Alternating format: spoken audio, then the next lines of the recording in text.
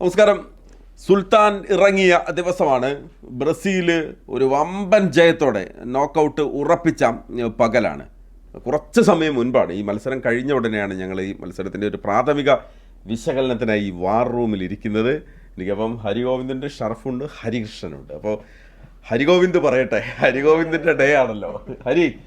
അപ്പോൾ സുൽത്താൻ ഇറങ്ങി, വിനീഷ്യസിൻ്റെ ഇരട്ട ഗോൾ. രാവിലെ ഫുൾ ചാർജിനാണല്ലോ. അതെ, ഇപ്പം 7 മണിക്ക് വിനീഷ്യസിന്റെ ഒരു ഗോൾ, 7 മണിക്കല്ല 7-ാം മിനിറ്റില് വിനീഷ്യസിന്റെ ഒരു ഗോൾ, ശേഷം 45-ാം മിനിറ്റില് വീണ്ടും ഒരു ഗോൾ, പെനഡോള് പോലെ 60-ാം മിനിറ്റില് കുഞ്ഞാടെ വക വരണം, 76-ാം മിനിറ്റില് സുൽത്താൻ ഇറങ്ങുന്നു. മച്ചാനത് പോരെ എളിയ. ഇത് എനിക്കുള്ള മറുപടി കൂടിയാ. കാരണം ഞങ്ങള് അർജന്റീനയുടെ ഫസ്റ്റ് കളിക്ക് നമ്മളെ മെസ്സിയുടെ ഗോൾ വന്ന സമയത്ത് നമ്മൾ പറഞ്ഞിട്ടാലും കോപ്പി അടിച്ചതാ. കാര്യമില്ല, നമുക്ക് ബ്രസീലിയൻ ആരാധകർക്ക് വളരെ സന്തോഷമുള്ള ദിവസമാണ്. കാരണം ഇപ്പൊ നമ്മൾ ആദ്യത്തെ 2 മത്സരത്തിൽ നിന്ന് ഉപരിയായിട്ട് ആ ബ്രസീലിന്റെ ഒരു താളമൊക്കെ നമ്മൾ ഈ മത്സരത്തിൽ കുറെയൊക്കെ വീണ്ടെടുക്കാൻ പറ്റിയിട്ടുണ്ട്. അത് മാത്രമല്ല, ഏറ്റവും പ്രധാനപ്പെട്ടത് നെയ്മർ ജൂനിയർ ഇറങ്ങിയെന്നുള്ളതാണ്. അദ്ദേഹത്തിന്റെ ആ ഒരു സുവർണ പാതകം ഗ്രൗണ്ടിൽ പതിച്ചിട്ടുണ്ട്. ഇനിയിപ്പോ അടുത്ത റൗണ്ട് ഓഫ് 32 വരുമ്പോൾ ഗോള് കൂടി നമ്മൾ പ്രതീക്ഷിക്കുകയാണ്. എനിക്ക് തോന്നുന്നു ഇത്തവണ നെയ്മർ കപ്പും കൊണ്ടേ പോകുള്ളൂ, ഇവിടെ കൊണ്ടൊന്നും നിൽക്കൂലെന്ന് തോന്നുന്നില്ല. ഓക്കെ, അപ്പോൾ എങ്ങനെയാ ഹരി, എന്താണ് ഹരി ഭയങ്കര കാര്യമായിട്ട് ഹരി നമ്മൾ കളി കാണുന്ന സമയത്ത് സ്കോട്ട്ലൻഡ് താരങ്ങളുടെ പേര് നമുക്കങ്ങനെ വഴങ്ങൂലല്ലോ പെട്ടെന്ന്. അപ്പോൾ ഹരി ഇങ്ങനെ പറഞ്ഞു, അത് ഇന്നാളാണ് ആ പന്ത് എടുത്തത്, പക്ഷേ ഇന്നാളാണല്ലോ ആ പന്ത് പോയത് എന്ന് പറയുന്നുണ്ടായിരുന്നു. പഠിച്ചിട്ട് വന്നതാണല്ലേ? അല്ല, ഹരിയും ബ്രസീലിയൻ ആരാധകനാണ്, പഠിക്കണം.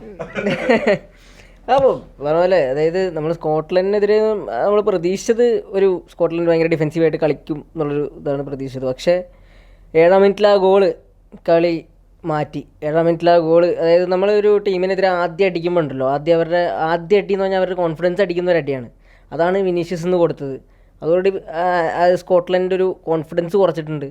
പിന്നെ അങ്ങോട്ട് ആ ഒരു പ്രസ്സിങ് കളി ഉണ്ടല്ലോ, ആഞ്ചലോട്ടിയുടെ ആ പ്രസ്സിങ് കളി, നമുക്ക് എന്താ പറയുക, അതായത് ആദ്യ മത്സരം 2-ാമത്തെ മത്സരമൊക്കെ നമുക്ക് എന്താണ് ബ്രസീൽ ഇങ്ങനെ കളിക്കുന്നതെന്ന് തോന്നി. പക്ഷേ ഈ മത്സരം കണ്ടപ്പോൾ നമുക്ക് ബ്രസീൽ ഇങ്ങനെ കളിച്ചു എന്നുള്ള തോന്നി. അത് ഒരു ഡിഫറൻസ് ആണ്. അത് ഭയങ്കര സന്തോഷം നൽകി.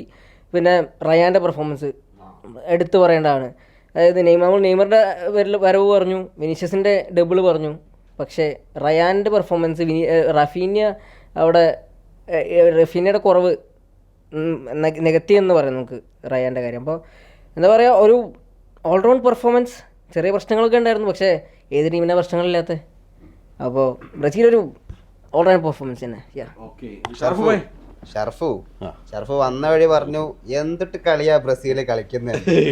ശരിക്കും അത് മനസ്സിന്ന് പറഞ്ഞാണോ? ശരിക്കും ഇവിടെ നിന്ന് ആസ്വദിക്കുന്നുണ്ടായിരുന്നല്ലോ കളി.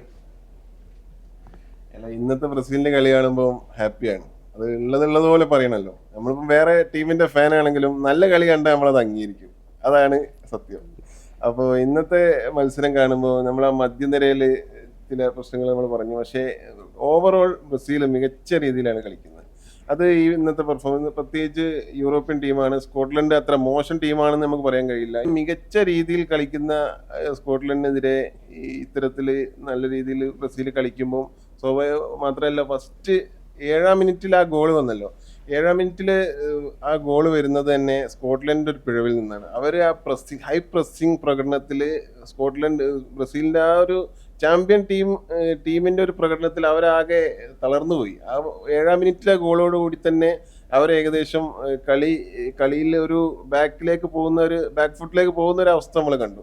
പിന്നീട് വിനീഷ്യസ് നിറഞ്ഞാടുന്നതാണ് കണ്ടത്. തുടക്കം മുതൽ അവസാനം വരെ ഒരേ എനർജിയിൽ കളിച്ചു. പിന്നെ 76-ാം മിനിറ്റിൽ നെയ്മറിന്റെ ഒരു ഇൻട്രൊഡക്ഷൻ, അതുപോലെ മധ്യനിരയിൽ ഗ്യൂമറസിന്റെ മികച്ച പാസുകൾ. ഓവറോൾ പറയുകയാണെങ്കിൽ ബ്രസീൽ മൊറോക്കോക്കെതിരെയുള്ള ആ മത്സരം ഒഴിച്ചു നിർത്തിയാൽ ബ്രസീൽ കൃത്യമായി കളിയിലേക്ക് അല്ലെങ്കിൽ ലോകകപ്പിലേക്ക് എൻട്രി ചെയ്ത് കഴിഞ്ഞു. ഇനി നോക്കൗട്ട് സ്റ്റേജാണ് വരുന്നത്. നോക്കൗട്ട് സ്റ്റേജിൽ നമുക്കറിയാം ബ്രസീലിന് മികച്ച റെക്കോർഡുകളുണ്ട്. ബ്രസീലിന് 2022 വരെ തുടക്കത്തിൽ ഇതേമാതിരി കുറച്ചൊരു സ്ട്രഗിൾ ചെയ്ത് പോയി പിന്നീട് കിരീടത്തിലേക്ക് വന്ന ഒരു സംഘമാണ് ബ്രസീൽ. അത്തരത്തിൽ നോക്കൗട്ട് സ്റ്റേജിലേക്ക് വരുമ്പം ഇനി ഏത് എതിരാളി വന്നാലും ഒരു മെന്റൽ ഒരു അഡ്വാൻറ്റേജ് ബ്രസീലിന് കിട്ടും. അതിന്റെ ഒരു തുടക്കം തന്നെയാണ് ഇപ്പോൾ സ്കോട്ട്ലൻഡിന്റെ മത്സരം. നമ്മളൊരു ടൈറ്റ് ഫൈറ്റ് മത്സരം വരെ നമ്മൾ പ്രതീക്ഷിച്ചിരുന്നു, പ്രത്യേകിച്ച് മൊറോക്കോക്കെതിരെ ബ്രസീൽ കളിച്ചത് കണ്ടപ്പോൾ. പക്ഷേ ആഞ്ചലോട്ടി ഗെയിം പ്ലാൻ മാറ്റി അത്തരത്തിൽ ഈ മത്സരം വലിയ രീതിയിൽ ബ്രസീലിന് ഒരു ബൂസ്റ്റ് നൽകുന്ന ഒരു മത്സരമാണെന്ന് പറയാം. ഓക്കെ, ഇന്നിപ്പോൾ നമുക്ക് വളരെ സന്തോഷം നൽകിയൊരു കാര്യം എന്ന് പറയുന്നത് നെയ്മർ ജൂനിയർ ഇറങ്ങിയതാണ്. ഞാൻ ഈ നെയ്മർ ഇറങ്ങുന്ന സമയത്ത് ഞാൻ ഇവിടുന്ന് കളി കാണുന്ന അവസാനിപ്പിച്ച ഡെസ്കിലാണ്. അപ്പോൾ നമ്മുടെ സുഹൃത്ത് എബി, ഫിലാഡൽഫിയ എന്നുള്ള എബി, അപ്പോൾ എബി എനിക്കൊരു വിഷ്വൽ അയച്ചിട്ട് എന്നോട് പറഞ്ഞു, ഇത് കൊടുക്കുമല്ലോ, ഗോളടിച്ചതിനേക്കാൾ വലിയ ആരവമാണ് ഇവിടെ നെയ്മർ ഇറങ്ങുന്നതെന്ന് പറഞ്ഞു. അപ്പം നെയ്മറുടെ വരവ് ഒരു വല്ലാത്ത കാഴ്ചയാണ്, അതൊരു തിരിച്ചുവരവാണ്. ഞാൻ വളരെ ആത്മാർത്ഥമായിട്ട് പറയുകയാണ്, ഞാനൊരു അർജൻറ്റീനയുടെ ഒരു ഫാനാണ്. പക്ഷേ ഇന്നലെ പറഞ്ഞ പോലെ നമ്മൾ ഫ്ലോറിൽ അങ്ങനെ കൊണ്ടുവരാറില്ല. ഇന്നലെ വളരെ അവിചാരിതമായിട്ട് ഇന്നലെ രാത്രി ഇവിടെ പോയതിനു ശേഷം നമ്മൾ ഇൻസ്റ്റാഗ്രാം നോക്കിയ സമയത്ത് നെയ്മർ ജൂനിയറിൻ്റെ കുറേ ഫീഡുകൾ വരുന്നുണ്ട്. അപ്പോൾ അതിനകത്ത് കോപ്പ അമേരിക്കയിൽ നെയ്മർ ജൂനിയറിനെ അർജൻറ്റീനിയൻ താരങ്ങൾ ഫൗള് ചെയ്യുന്ന കാഴ്ച കാണുന്നത്. അപ്പോൾ അതിൽ ഒരു ഫൗള്, ഒട്ടാമെൻഡിയുടെ വളരെ വളരെ ബ്രൂട്ടലായിട്ടുള്ള ഒരു ഫൗള്. ഓക്കെ, അതിനപ്പുറത്ത് അതിന് മുൻപ് ഒരു ഫൗള് ചെയ്തതിന് ശേഷം ഈ നെയ്മർ നിലത്ത് കിടന്നിട്ട് നിസ്സഹായനായിട്ട് മേലോട്ട് നോക്കുന്നുണ്ട്, കൈപ്പൊക്കെ. എനിക്കതിൽ മുഖഭാഗത്ത് തോന്നി, നിങ്ങൾ എന്തിനാണ് എന്നോട് ഇത് ചെയ്തത് എന്നുള്ളത് അറിയാതെ കിടക്കുന്നത് പോലെയാണ് നമുക്കത്. ഭയങ്കര ഇമോഷണലായിപ്പോയി പുള്ളിയുടെ ഫേസ് കണ്ടപ്പോൾ അത്. പക്ഷെ ഇന്ന് അയാളുടെ തിരിച്ചു വരവുണ്ടല്ലോ, നമ്മളൊരു എന്തൊക്കെ പറഞ്ഞാലും ഫുട്ബോളിൻ്റെ സൗന്ദര്യം, ഒരാൾ മനുഷ്യൻ തോറ്റുപോയത് 2.5 കൊല്ലത്തിന് ശേഷമാണ് അയാൾ ജേഴ്സി അണിയുന്നത്. 980 ദിവസം പുറത്തിരുന്നൊരു മനുഷ്യൻ ഇറങ്ങി വരുമ്പോൾ സല്യൂട്ടാണ് ചെയ്യേണ്ടത്, കയ്യടി മാത്രം പോലെ. അല്ല, ആ മത്സരത്തിൽ അർജന്റീനക്കെതിരായ മത്സരത്തിനെ കുറിച്ച് നമ്മൾ പറയുമ്പോൾ ആ മത്സരത്തിൽ നെയ്മറിന്റെ ഒരു പോരാട്ട വീര്യം നമ്മൾ കണ്ടതാണ്. അതിനുശേഷം ആ കോപ്പ അമേരിക്ക അർജന്റീന ജയിച്ചതിന് ശേഷം ഡീപോളുമായിട്ടൊരു ഇന്റർവ്യൂ ഉണ്ടായിരുന്നു. അപ്പം തന്നെ എമിലിയാനോ മാർട്ടിനസ് ആയിട്ട് ഇന്റർവ്യൂ ഉണ്ടായിരുന്നു. അപ്പോൾ ഇവരോട് ചോദിച്ചു, ഇവരുടെ ലൈഫിൽ ഇവർ ഫേസ് ചെയ്തിട്ടുള്ള താരങ്ങൾ ഏറ്റവും ബുദ്ധിമുട്ടേറിയ താരമാരായിരുന്നു. ഒരേ സ്വരത്തിൽ അവർ പറഞ്ഞു, കോപ്പ അമേരിക്കയുടെ ഫൈനലിൽ ഞങ്ങൾ ഫേസ് ചെയ്ത നെയ്മറിനോളം അപകടകാരിയായ ഒരു താരത്തിനെ ഇതുവരെ ഞങ്ങൾ കണ്ടിട്ടില്ലായിരുന്നു. കാരണം അതുപോലെ 4-5 ആളുകൾ വന്നിട്ടും അയാൾ മറികടന്ന് പോവാണ്. ഫൗൾ ചെയ്യാതെ വേറെ നിവർത്തിയില്ല. നെയ്മർ എന്ന് പറയുന്ന ഒരു താരത്തിൻ്റെ പ്രതിഭ എന്താണെന്ന് ലോകം കണ്ടിട്ടുള്ളതാണ്. ഇപ്പം ഞാനൊരു കടുത്ത നെയ്മർ ആരാധകനാണ്. എനിക്ക് സത്യം പറഞ്ഞാൽ ഇന്ന് നെയ്മർ ഇറങ്ങുന്ന കണ്ടപ്പം എൻ്റെ കണ്ണ് നിറഞ്ഞു. അതുപോലെ നെയ്മറിനെ ഇഷ്ടപ്പെടുന്ന ഓരോ ആരാധകർക്കും ഇന്ന് ഇമോഷണൽ ആയിട്ടുള്ളൊരു ദിവസമാണ്. കാരണം പരിക്കുകൾ ഇത്രയും വേട്ടയാടിയ ഒരു മനുഷ്യൻ, അദ്ദേഹത്തിൻ്റെ കാലിൻ്റെ ക്ലോസപ്പ് ഷോട്ട് പോയാൽ നമുക്കറിയാം, കീറി മുറിക്കാത്ത ഒരു ഭാഗം അവിടെ ഉണ്ടായിട്ടില്ല. അപ്പം പരിക്കുകൾ മൂലം അദ്ദേഹത്തിന് ഇത്രയും മത്സരങ്ങൾ നഷ്ടമായിട്ട് പോലും അദ്ദേഹം ഇതിഹാസങ്ങളുടെ നിരയിൽ ഇടം പിടിച്ചിട്ടുണ്ടെങ്കിൽ പ്യുവർ ക്ലാസ്സാണ്, പ്രതിഭയാണ്, അദ്ദേഹം പ്രതിഭാസമാണ്. എനിക്ക് തോന്നുന്നു ബ്രസീൽ കണ്ട ഇതിഹാസങ്ങൾ, ഇപ്പോൾ റൊണാൾഡോ, റിവാൾഡോ, കക്ക പോലെയുള്ള താരങ്ങൾ, റൊണാൾഡീനിയോ, അതിനുശേഷം ഇപ്പോൾ എനിക്ക് തോന്നുന്നു നെയ്മർ എന്ന് പറയുന്ന ഒരു താരമാണ് ബ്രസീലിയൻ ടീമിനെ മുന്നോട്ട് കൊണ്ടുപോകുന്നത്. അതൊരു വൈകാരികമായ കണക്ഷനാണ് നെയ്മറും ബ്രസീലും എന്ന് പറയുന്നത്. ഒരു താരം എന്നൊരു, എനിക്ക് തോന്നുന്നു ഇത്രയും വൈകാരികമായി ബ്രസീലിയൻ ആരാധകർ കണക്ട് ചെയ്യുന്ന മറ്റൊരു താരം ഇപ്പോൾ ഉണ്ടാവില്ല. ഇപ്പോൾ വിനീഷ്യസ് ഒക്കെ വളരെ മികച്ച രീതിയിൽ കളിക്കുന്ന താരമാണ്. പക്ഷേ നെയ്മർ ജൂനിയർ എന്ന് പറയുന്നത് ഒരു ഇമോഷനാണ്. ബ്രസീലിനെ സംബന്ധിച്ചോളം അതിൻ്റെ ഒരു ജീവശ്വാസമാണ് നെയ്മർ എന്ന് പറയുന്നത്. ഓക്കെ ഹരി, ഇപ്പം ഈ ലോകകപ്പ് നെയ്മറിന് 34 വയസ്സേ ഉള്ളൂ. സ്വാഭാവികമായിട്ട് നമ്മൾ അടുത്ത ലോകകപ്പിൽ അദ്ദേഹത്തെ നമ്മൾ പ്രതീക്ഷിക്കുകയാണ്, മറ്റ് പരിക്കുകളോ പ്രശ്നങ്ങളോ ഒന്നും ഇല്ലെങ്കിൽ. ഇപ്പോൾ റൊണാൾഡോ, മെസ്സി എന്ന് പറയുന്ന 2 പേരുടെ അവസാന ലോകകപ്പെന്ന് നമ്മൾ കാണുന്നു. ഒരു പക്ഷേ എന്താണെന്നറിയില്ല. പക്ഷെ അതിനുശേഷം നമ്മൾ ഏറ്റവും കൂടുതൽ ആഘോഷിക്കപ്പെടുന്ന ഒരു പേര് അടുത്ത വേൾഡ് കപ്പിൽ മുന്നേ കൂട്ടി പറയുകയാണ്, നെയ്മർ ആകും എന്നാണ് എനിക്ക് തോന്നുന്നത്. ആവണം എന്നാണ് ആഗ്രഹിക്കുന്നത്. കാരണം അയാൾ അത് അർഹിക്കുന്നുണ്ട്. അയാളെ നമ്മൾ സെലിബ്രേറ്റ് ചെയ്തിട്ടില്ല വേണ്ട പോലെ. അയാൾ അതിന് അർഹനാണ്, അത് വേണം. പക്ഷേ എന്താ പറയുക, പല റിപ്പോർട്ടുകളും പല ഇതും പറയുന്നത് ഇതൊരു അവസാനമായിരിക്കുമെന്നുള്ള രീതിയിലുള്ള സംഭവങ്ങൾ പറയുന്നുണ്ട് നെയ്മറിൻ്റെ.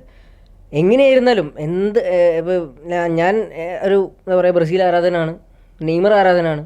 ഞാൻ ആദ്യം അതായത് നെയ്മറിൻ്റെ കളി കണ്ട് ഞങ്ങളൊക്കെ അങ്ങനെ ഒരു നെയ്മറിൻ്റെ കളി കണ്ട് വന്നൊരു അതാണ്. അപ്പോൾ ആ ഒരു സമയം ഞാൻ പറയുകയാണെങ്കിൽ ഓരോ മത്സരവും, അത് നെയ്മർ കളത്തിലിറങ്ങുന്ന ഓരോ നിമിഷവും എൻജോയ് ചെയ്യുക എന്നുള്ളതാണ് എൻ്റെ ഒരു കാഴ്ചപ്പാടെന്ന് പറയുന്നത്. ഓരോ നിമിഷവും അദ്ദേഹത്തിൻ്റെ ഓരോ ടച്ചുകളും എൻജോയ് ചെയ്യുക. അത് ഇന്നത്തെ ഓഡിയൻസിൻ്റെ ഒരു, അതായത് നെയ്മർ ഓരോ വട്ടം ബോൾ ടച്ച് ചെയ്യുമ്പോഴും ആരാധകരെ ആർത്തു വിളിച്ചു എന്ന് പറയുന്നത്.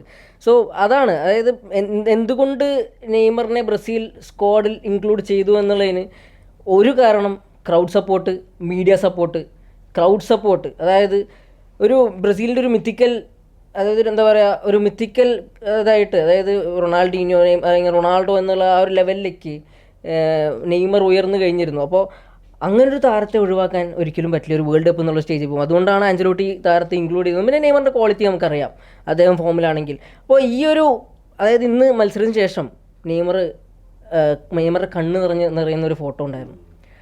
അപ്പോൾ അദ്ദേഹം ഈ ഒരു സ്ക്വാഡിൽ ഇടം പിടിക്കാനും ആ ഒരു ഇറങ്ങാനുള്ള ആ ഒരു നിമിഷത്തിന് വേണ്ടിയും എത്ര പ്രയത്നിച്ചു അല്ലെങ്കിൽ എത്ര കാത്തിരുന്നു എന്നുള്ളതിന് ആ ചിത്രം അതിന് ഉത്തരം പറയും. അദ്ദേഹം അതായത് അൽഹിലാലിൽ അദ്ദേഹത്തിൻ്റെ കളിക്കുമ്പോഴാണ് ആ ഒരു ഉറുഗ്വേക്കെതിരെയുള്ള ഇഞ്ചുറി പറ്റുന്നത്. അത് കഴിഞ്ഞ് അദ്ദേഹം തിരിച്ച് നാട്ടിലേക്ക് വരികയാണ്, സാന്റോസിക്ക് വരുന്നു, ബാക്ക് ടു ദ റൂട്ട്സ്. അദ്ദേഹത്തിൻ്റെ മൈൻഡിൽ ഒറ്റ ഒരു ലക്ഷ്യമേ ഉള്ളൂ, സ്ക്വാഡിൽ ഇടം പിടിക്കുക, ലോകകപ്പിലേക്ക് ബ്രസീലിൻ്റെ സ്ക്വാഡിനൊപ്പം പോവുക എന്നുള്ളത്. അദ്ദേഹം അത് നേടിയെടുക്കുകയും ചെയ്തു, കളത്തിലിറങ്ങുകയും ചെയ്തു. അടുത്ത മത്സരത്തിൽ നമ്മളൊരു ഗോളും പ്രതീക്ഷിക്കുന്നു. യെസ് പക്ഷേ ഈ 2014 ലോകകപ്പിലാണ് നെയ്മർ എന്ന് പറയുന്ന ഒരു താരോദയത്തിനെ നമ്മൾ കാണുന്നത്. അന്ന് ആ ചെറിയ പ്രായത്തിൽ തന്നെ ബ്രസീലിയൻ്റെ ഒരു വലിയ താരനിരയെ അദ്ദേഹം മുന്നിൽ നിന്ന് നയിക്കുകയാണ്. ആ 2014 കൊളംബിയക്കെതിരായ മത്സരത്തിലാണ് അദ്ദേഹത്തിൻ്റെ ഈ ഇഞ്ചുറി എന്ന് പറയുന്ന ഒരു നീണ്ട ഇത് തുടങ്ങുന്നത്. അപ്പോൾ അന്ന് എനിക്ക് തോന്നുന്നു സുനേഗയുടെ ആ ഒരു ചവിട്ട് ഒരല്പം അങ്ങോട്ടോ ഇങ്ങോട്ടോ മാറിയിരുന്നെങ്കിൽ അന്ന് നെയ്മർ നടക്കില്ലായിരുന്നു. കരിയർ അവസാനിച്ച നെയ്മർ വീൽ ചെയറിലായിരുന്നു പിന്നെ അങ്ങോട്ടുള്ള ജീവിതം പോകുന്നുണ്ടായിരുന്നത്. അവിടെ നിന്ന് അദ്ദേഹം പിന്നീടുണ്ടായ പരിക്കുകളോടൊക്കെ പടപൊരുതി ഇപ്പോൾ ഇവിടെ ഈ 2026 ലോകകപ്പിൽ എത്തി നിൽക്കുമ്പോൾ സല്യൂട്ട് ചെയ്യാനേ പറ്റുള്ളൂ. കാരണം നെയ്മർ എന്ന് പറയുന്ന ഒരു താരമല്ലായിരുന്നെങ്കിൽ ഒരുപക്ഷെ ഇതിനോടകം തന്നെ റിട്ടയർ ആയിട്ടുണ്ടായി. ഇപ്പോൾ നമ്മൾ വിയർപ്പ് തുന്നിയിട്ട കുപ്പായം എന്ന് പറയും, ഇത് ശരിക്കും പരിക്ക് തുന്നിയിട്ട കുപ്പായമാണ്. അത്രയും വൈകാരികമായി മാത്രമേ നമുക്ക് നെയ്മറിനെ ഓർക്കാൻ പറ്റുള്ളൂ. ഒരുപക്ഷെ അദ്ദേഹത്തിൻ്റെ പൂർണ്ണ ഫിറ്റ്നസ്സിൽ അദ്ദേഹം ഒരു 20 കൊല്ലം കളിച്ചിരുന്നെങ്കിൽ മെസ്സിയോടും റൊണാൾഡോയോടും ഒപ്പം അടയാളപ്പെടുത്തേണ്ട, ഇപ്പോഴും അങ്ങനെ തന്നെയാണ് അടയാളപ്പെടുത്തുന്നത്. പക്ഷേ സ്റ്റാറ്റ്സിൽ ഒരു പക്ഷേ ബാലൻഡിയോർ നേടാനൊന്നും കഴിഞ്ഞിട്ടുണ്ടാവില്ല. പക്ഷേ ഈ 8 ബാലൻഡിയോർ നേടിയ മെസ്സിയും 5 ബാലൻഡിയോർ ചെയ്ത റൊണാൾഡോയും ഉള്ളപ്പോൾ അവരുടെ ഒപ്പം നെയ്മർ നിൽക്കുന്നുണ്ടെങ്കിൽ അത് പ്രതിഭ കൊണ്ട് മാത്രമാണ്. നെയ്മറിനെ അളക്കാൻ സ്റ്റാറ്റ്സിൻ്റെ ആവശ്യമില്ല. നെയ്മർ കളിക്കളത്തിൽ ഓരോ നിമിഷം കളിക്കുമ്പോഴും ഫുട്ബോൾ മനോഹരമാകുന്നു. അത് കാണുന്ന ആരാധകർക്ക് സന്തോഷം തോന്നുന്നു എന്നുള്ളതാണ് ഏറ്റവും പ്രധാനപ്പെട്ട കാര്യം. ശരി, ഷറഫ് ഇന്നിപ്പോൾ ഈ പറഞ്ഞ പോലെ നെയ്മർ ഇറങ്ങിയത് അത് ബ്രസീലിന് പുതിയൊരു എനർജിയാണ്, ഇതുവരെ കണ്ടതല്ല. ഇതുവരെ കണ്ടത് മാത്രമല്ല, നമ്മളിപ്പോൾ കാർലോ ആഞ്ചലോട്ടി ബ്രസീൽ ടീം പരിശീലക സ്ഥാനം ഏറ്റെടുത്തതിന് ശേഷം നെയ്മർ ആദ്യമായിട്ടാണ് ഇറങ്ങുന്നത്. അതും ഗ്രൂപ്പ് നമ്മൾ നേരത്തെയുള്ള മത്സരങ്ങളിലൊന്നും, പ്രാഥമിക റൗണ്ട് മത്സരങ്ങളിലൊന്നും നെയ്മർ കളത്തിലിറങ്ങിയില്ല. നെയ്മർ ഇഞ്ചുറി കൺസേൺ ഉള്ള കാര്യം നേരത്തെ സത്യമാണ്. അതിനുശേഷം സാന്റോസിൽ വന്നു. സാന്റോസിലും നെയ്മർ മുഴുവൻ സമയം കളിക്കുന്നില്ല, ഇടയ്ക്ക് പോകുന്നുണ്ട്, പുറത്ത് പോകുന്നുണ്ട്, പിന്നെ തിരിച്ചു വരുന്നുണ്ട്. അങ്ങനെയാണ് നെയ്മറിൻ്റെ ഒരു കരിയർ സാന്റോസിലേക്ക്, ബ്രസീലിയൻ ലീഗിലേക്ക് തിരിച്ചു വന്നതിന് ശേഷവും സംഭവിച്ചത്. പക്ഷേ ഈ കാർലോ ആഞ്ചലോട്ടി തുടക്കത്തിൽ നെയ്മറിന് വേണ്ടത്ര പിന്തുണ കൊടുത്തോ എന്ന കാര്യം സംശയമാണ്. പല തരത്തിലുള്ള അഭിപ്രായ പ്രകടനമാണ് നടത്തിയിട്ടുള്ളത്.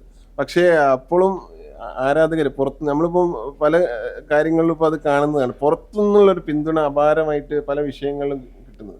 അതേപോലെ തന്നെ നെയ്മറിന് ഗ്രൗണ്ടിൽ നിന്ന്, പുറത്തുനിന്നുള്ള ഗാലറിയിൽ നിന്നുള്ള സപ്പോർട്ടാണ് ഒരുപാട് ലഭിച്ചത്. അത് നമ്മൾ പല മത്സരങ്ങളും കണ്ടതുമാണ്. അപ്പോൾ അടുത്ത് ഫ്രാൻസിനെതിരെയാണ് തോൽവി വാങ്ങിയതില്ലേ, അടുത്ത ഒരു മത്സരത്തിൽ ഫ്രണ്ട്ലി മാച്ചിൽ തോൽക്കുമ്പം ഗാലറിയിൽ നിന്ന് മുഴുവൻ ആരവമാണ്, നെയ്മർ ചാൻറ്റുകൾ മുഴക്കിക്കൊണ്ടേയിരിക്കുകയാണ്. അത് കൃത്യമായിട്ട് ആഞ്ചലോട്ടിക്ക് ഒരു സൂചന തന്നെയായിരുന്നു. വേൾഡ് കപ്പ് പോലൊരു വേദിയിൽ നെയ്മറിനെ മാറ്റി നിർത്തിയാൽ അത് എത്രത്തോളം ബാധിക്കും ബ്രസീൽ ടീമിനെ സംബന്ധിച്ച്, അത് വലിയ നഷ്ടം തന്നെയാവും എന്നുള്ള ഒരു തിരിച്ചറിവ് തന്നെയാണ് ആഞ്ചലോട്ടി ഒരു മത്സരം പോലും കളിക്കാതെ, അതായത് പ്രാഥമിക റൗണ്ടിലോ ആഞ്ചലോട്ടിയുടെ സ്ക്വാഡിൽ പോലും ഇല്ലാതെ വന്ന ഒരു പ്ലെയർ നേരിട്ട് വേൾഡ് കപ്പ് സ്ക്വാഡിലേക്കാണ് വരുന്നത്. ഇപ്പോൾ ഇന്നത്തെ മത്സരത്തിൽ സ്കോട്ട്ലൻഡിനെതിരെ ഫസ്റ്റ് മത്സരം കളിക്കുകയും ചെയ്യും. അത്തരത്തിൽ നെയ്മറിന്റെ ഒരു കൃത്യമായിട്ടുള്ള ഒരു സ്റ്റേറ്റ്മെന്റ് തന്നെയാണ് ഇന്നത്തെ മത്സരത്തിൽ. ശരി, ഓക്കെ. അപ്പം നെയ്മറിനെ നമ്മൾ പറഞ്ഞ് അവസാനിപ്പിക്കുകയാണ്. നെയ്മർ പറഞ്ഞ് അവസാനിപ്പിക്കുമ്പം ഷർഫ് പറഞ്ഞ ഒരു കാര്യം കൂടി ഒന്ന് കോട്ട് ചെയ്തോട്ടെ. ആൻസലോട്ടി മാത്രമല്ല, ബ്രസീലിയൻ പ്രസിഡന്റ് അദ്ദേഹത്തിൻ്റെ ഒരു സ്പീച്ചിനകത്ത് വർക്ക് ഫ്രം ഹോം എടുക്കുന്ന താരമല്ലേ എന്നുള്ള ഒരു കമൻറ്റ് നടത്തിയതായിട്ട് വാർത്തകൾ നമ്മൾ കണ്ടിട്ടുണ്ട്. അങ്ങേയറ്റം മോശമായിട്ടുള്ളൊരു കാര്യം. കാരണം സ്വന്തം ആ രാജ്യത്തെ ഏറ്റവും മനോഹരമായിട്ടുള്ളൊരു താരം അയാളുടെ സാഹചര്യം കൊണ്ട് ആണ് അയാൾ ആ പരിക്കിലേക്ക് പോയത്. രാജ്യത്തിന് വേണ്ടി കളിക്കുമ്പോഴും ഒക്കെയാണ് പോകുന്നത്. പക്ഷെ അയാൾ തിരിച്ചു വന്നു കേട്ടോ, അയാൾ തിരിച്ചു വന്നിട്ടുണ്ട്. അപ്പോൾ അങ്ങനെ തിരിച്ചു വരാൻ പറ്റുന്ന വളരെ അപൂർവം ആളുകളേ ഉള്ളൂ. രാഷ്ട്രീയത്തിലൊക്കെ ഒന്ന് പതറി വീണ് കഴിഞ്ഞാൽ പിന്നീട് ഒരു തിരിച്ചുവരവ് ഉണ്ടാകില്ല. പക്ഷേ ഒരു കളിക്കാരനെ സംബന്ധിച്ചിടത്തോളം അയാളെ തിരിച്ചുവരവ് നമ്മൾ ലോകം മുഴുവൻ എല്ലാ ഫാൻസും മതിമറന്ന് ആഘോഷിക്കുന്നുണ്ടെങ്കിൽ അത് നെയ്മർ ആയതുകൊണ്ടാണ്. ഇത്രയും കാലം അയാൾ അത് ഉണ്ടാക്കി വെച്ചതുകൊണ്ടാണ്. ഈ തിരിച്ചുവരവ് ഒരിക്കലും ഫുട്ബോൾ ലോകത്ത് സമാനതകളില്ലാത്ത ഒരു തിരിച്ചുവരവായി നെയ്മറുടെ തിരിച്ചുവരവ് രേഖപ്പെടുത്തും. നമ്മൾ ഒരു കാര്യം കൂടെ വളരെ പെട്ടെന്ന് നമുക്ക് അവസാനിപ്പിക്കാം. ഇതൊക്കെ നമ്മൾ പറയുമ്പോഴും ബ്രസീലിനെ കാത്തിരിക്കുന്നത് ജപ്പാനോ നെതർലൻഡ്സും ആണ്.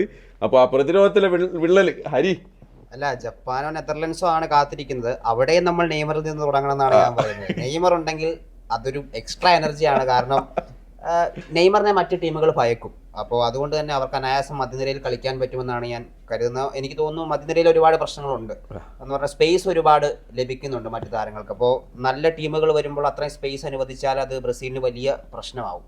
പക്ഷേ 1-2 കയറിയാൽ എന്താ, 3 അടിക്കാൻ നെയ്മറോട് നിൽക്കല്ലേ. ഓക്കെ ഹരിയെ, ജപ്പാനെയാണോ ബ്രസീൽ നെതർലാൻഡ്സിനെയാണോ ബ്രസീൽ ആഗ്രഹിക്കുന്നത്? ഓഫ് കോഴ്സ് ജപ്പാനായിരിക്കും ആഗ്രഹിക്കുന്നുണ്ടാവുക. കാരണം നെതർലാൻഡ്സ് ഓൾറെഡി ഈ ഒരു വേൾഡ് കപ്പിൽ പ്രൂവ് ചെയ്താണ്, ഭയങ്കര മികച്ച ടീമാണുള്ള പ്രൂവ് ചെയ്താണ്. പക്ഷേ എന്താ പറയുക, രണ്ടും ടഫാണ് എന്നാണ് എൻ്റെ ഒരു അഭിപ്രായം. സോ അടുത്തൊരു മത്സരം ഇവരുടെ ആഞ്ചലോട്ടിയാണ് കോച്ച് എന്നുള്ളതിലാണ് എനിക്ക് ഏറ്റവും വലിയ പ്രതീക്ഷയുള്ളത്. കാരണം കപ്പ് മാനേജറാണ് അദ്ദേഹം. നോക്കൗട്ടിൽ ഇത്രയും ബെസ്റ്റ് മാനേജർ വേൾഡിൽ വേറെ ഇല്ല. അപ്പോൾ ആഞ്ചലോട്ടിയിലാണ് എൻ്റെ പ്രതീക്ഷ. നെയ്മറിലും പ്രതീക്ഷയുണ്ട്, പക്ഷേ ആഞ്ചലോട്ടിയിലാണ് ഒരു പൂർണ്ണ പ്രതീക്ഷ. അദ്ദേഹത്തിൻ്റെ തന്ത്രങ്ങൾ എങ്ങനെ ഫലിക്കുമെന്നുള്ളത് നമുക്ക് കാത്തിരുന്ന് കാണാം. ഈ ബ്രസീലിൻ്റെ ജപ്പാൻ്റെ സ്പീഡിന് മുന്നിൽ ബ്രസീലിൻ്റെ പ്രതിരോധം ആട്ടി ഉലയും നെതർലാൻഡ്സിൻ്റെ കരുത്തിന് മുന്നിൽ പിടിച്ചു നിൽക്കാൻ ബ്രസീലിനാകുമോ എന്നുള്ളൊരു ചോദ്യമുണ്ട് ഷർഫ. ബ്രസീലാണ് ടീം, നോക്കൗട്ടാണ് സ്റ്റേജ്. അപ്പൊ അതുകൊണ്ട് നമുക്ക് അക്കാര്യത്തിൽ ഒരു ഉറപ്പ് പറയാൻ കഴിയില്ല. പ്രത്യേകിച്ച് ജപ്പാൻ നല്ല ടീമാണ്. ജപ്പാൻ ഏഷ്യ എന്നുള്ള വൺ ഓഫ് ദ ബെസ്റ്റ് ടീമാണ്. നെതർലാൻഡ് ആണെങ്കിൽ ഓൾ ഔട്ട് അറ്റാക്കിന്റെ ഒരു ടീമാണ്. പക്ഷെ അപ്പോഴും ഇതാണ് വിഷയം, ബ്രസീലാണ് എതിരെ വരുന്നത്. ടീം സെറ്റാണ് എന്നുള്ളത് കാര്യം കൂടി ഉണ്ട്.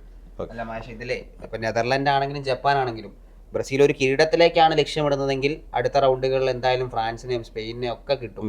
അപ്പം ആരെതിരാളികൾ വരുന്നു എന്നുള്ളതല്ല, ബ്രസീലിന്റെ ഏറ്റവും നല്ല ഫുട്ബോൾ കളിക്കുക എന്നുള്ളതാണ്. മാത്രമല്ല ഹരി പറഞ്ഞ പോലെ ആൻസലോട്ടി, ഡോൺ കാർലോ എന്ന് വിളിപ്പേരുള്ളത് വെറുതെ അല്ല. അദ്ദേഹത്തിന് കൃത്യമായ പ്ലാൻ ഉണ്ട്.